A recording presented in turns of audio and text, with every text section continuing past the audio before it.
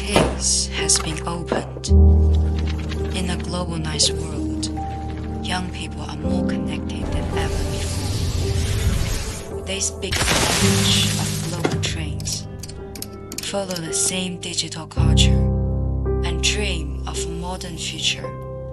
But something is missing. Cultural roots are fading. Moral clarity is weakening. A sense of belonging is disappearing.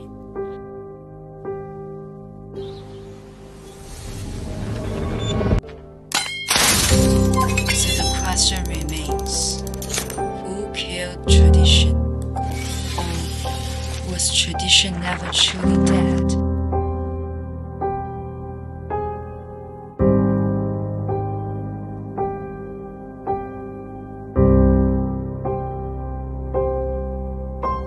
Today, the case will be heard in the court of youth identity.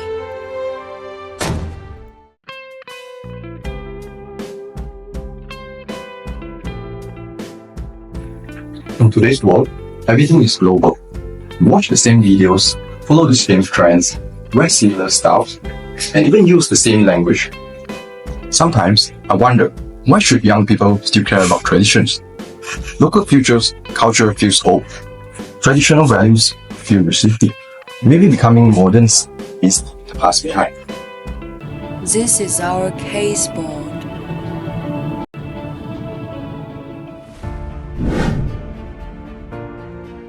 Order in the count. The count is now in session. Today we examine the case of people versus tradition. The central question is, should tradition still guide young people in a globalized world? Prosecutor, you may begin. Thank you, Your Honor. So I'm here to represent the voice of many young people who are growing up in a globalized world. Through social media, films, music, fashion, online language, and consumer culture, we are constantly exposed to Western lifestyles and Western ideologies. These influences aren't always bad. Western ideas such as freedom, equality, critical thinking, and individual rights can help young people to become more independent, confident, and open-minded. However, tradition often shows very different perspectives from the world we live in now.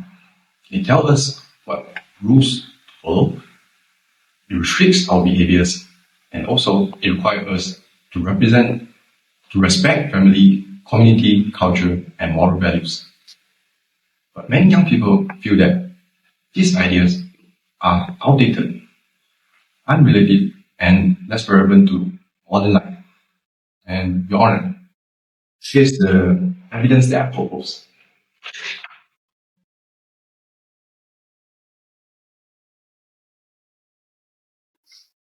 The first of all is the shared aspiration. Young people overwhelmingly associate Western ideologies such as innovations with progress, while associating tradition with stagnation. Secondly, the generational disconnect. There's a measurable gap in our lived experience.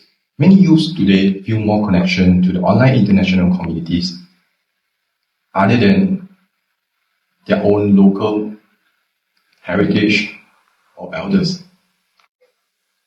And the third one, finally, the conflict with individual rights. Traditional values often prioritize family obligations and social hierarchy over personal boundaries, creating an environment that feels emotionally and socially restrictive. And for those reasons, we believe that tradition is now no longer suitable to guide youth identity in the age of globalization. Thank you. The accusation is clear. Tradition, you may respond. Thank you, Your Honor. Tradition.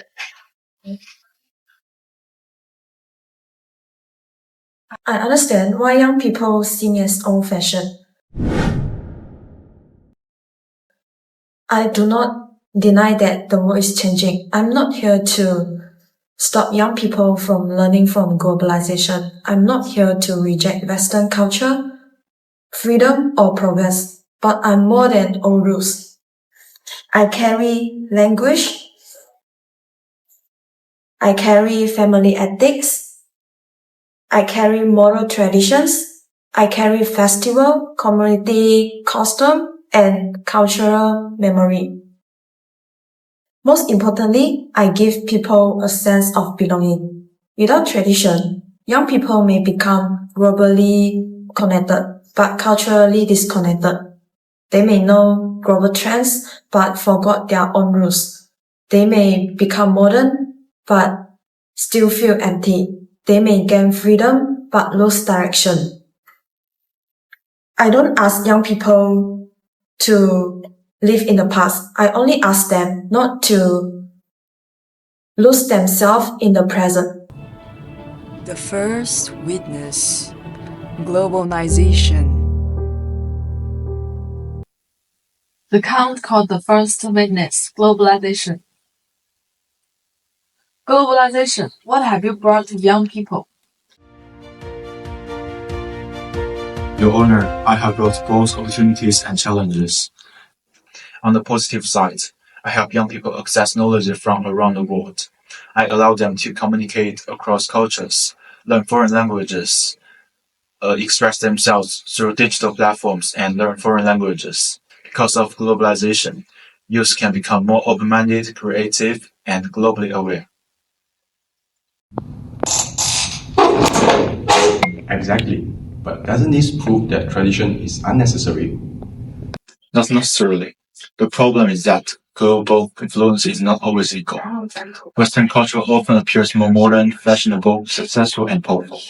When young people see this every day through media and online platforms, they may begin to think that their own local culture is less valuable. This can create cultural alienation and identity confusion. From a post-colonial perspective, this shows how Western culture dominates can influence the way young people judge their own culture. So the issue is not globalization itself, but accepting global influence without reflection. Yes, globalization opens the world, but it does not automatically give young people cultural grounding or moral direction. So, globalization brings both knowledge and cultural confusion. Noted. Next witness. The second witness, liberalism.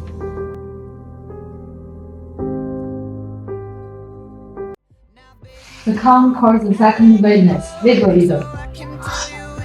Liberalism. Why are Western ideas attractive to young people?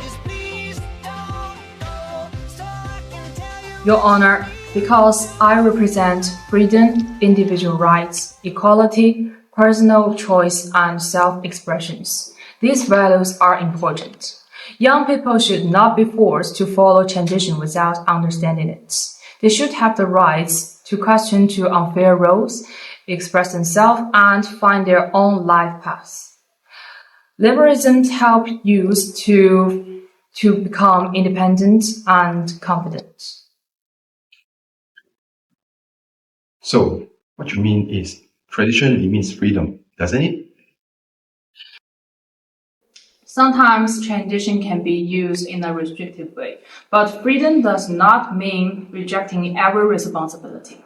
If young people only ask, what do I want, but never ask, what responsibility do I have towards my family, community, and society, liberalism could become extreme individualism.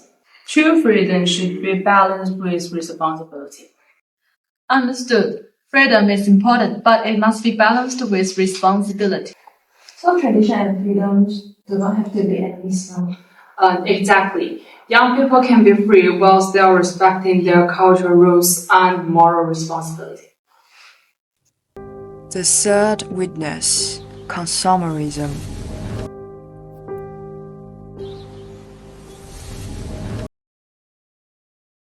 The Count calls the third witness moral relativism and consumer culture.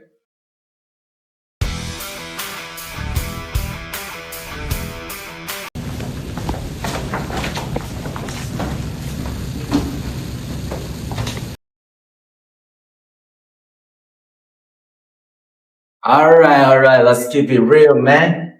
Okay, why are we acting like tradition has to run everybody's life?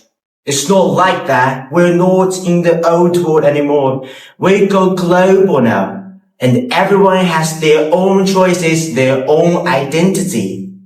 If you think tradition is your thing, respect that. But if you connect more with the trends, the internet, you buy what you want, that's valid too, man. That's valid. So, act honestly. In today's world, everyone has their own identity. You are what you buy. You are what you post. You are what you wear. If connecting more to the world, using and buying things online or buying whatever you want can connect you more with the world. I don't think that's a bad thing. Why should we stop that? Your Honor, I think that's actually quite reasonable. Young people should have their own identity. But if everything is just personal choice, what guides our moral actions? Trends and brands cannot define who we are. Trends guides the people and popularity guides the people. Maybe I think personal choice is enough. But trends change every day. Can something so unstable guide a person's whole life? Maybe not always. Moral relativeness can encourage tolerance and respect for diversity. However, when taken too far, it may weaken shared moral standards and create moral obscenity. Consumer culture may also reduce identity to brands, appearance, and online recognition. The final witness, national philosophy.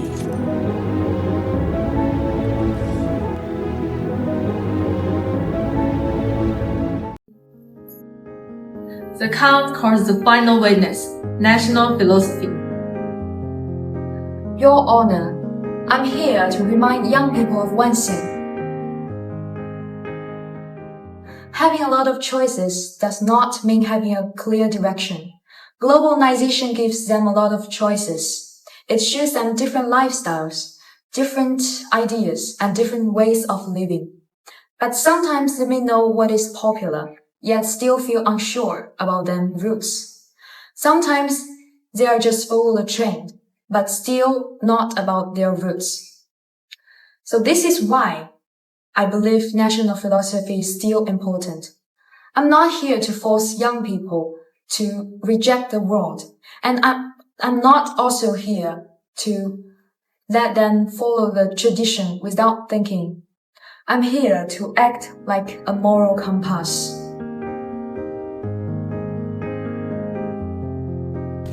National philosophy. What can you offer to young people in the age of globalization? I can guide them to think about 3 questions. Who am I? Where do I belong? How can I interact with others? These 3 questions seem simple, but actually they are important. They can let them think about utility, responsibility, and moral values. But I think that many young people may still think that national philosophy is still stuff old, political, and not useful in life. I understood that. If national philosophy becomes something to memorize, young people may think it is boring or not relate to our life.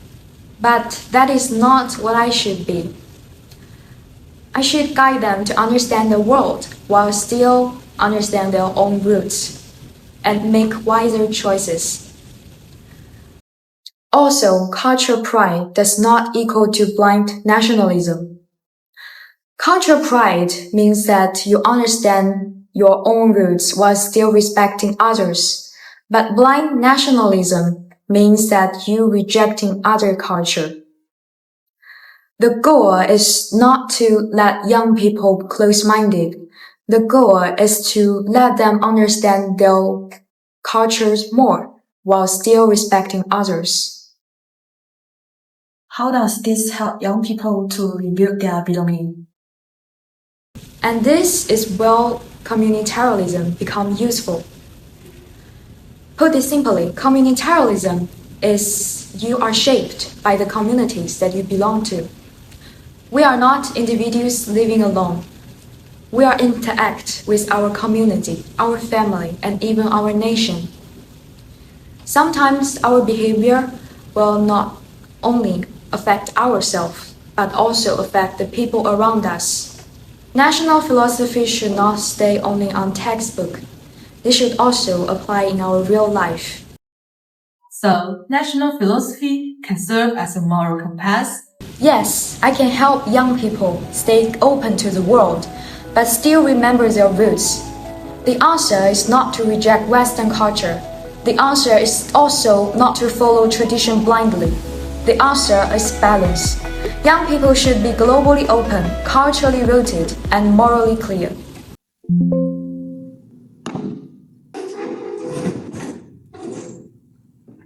Order. The count has reached a verdict. Tradition is found not guilty of being irrelevant. However, tradition must not remain rigid. Young people should not accept globalization uncritically, nor reject traditional blindly. National philosophy should guide us. Final verdict. We must be globally open, culturally rooted, and morally clear. Tradition gives roots, memory, and belonging. Western ideas can bring freedom, equality, and creativity. National philosophy provides a moral compass. Freedom must be balanced with responsibility. Uncritical adoption may create moral confusion and cultural alienation. Globalization opens the world. Protect our culture and embrace the world. We should be globally open, culturally rooted, and morally clear.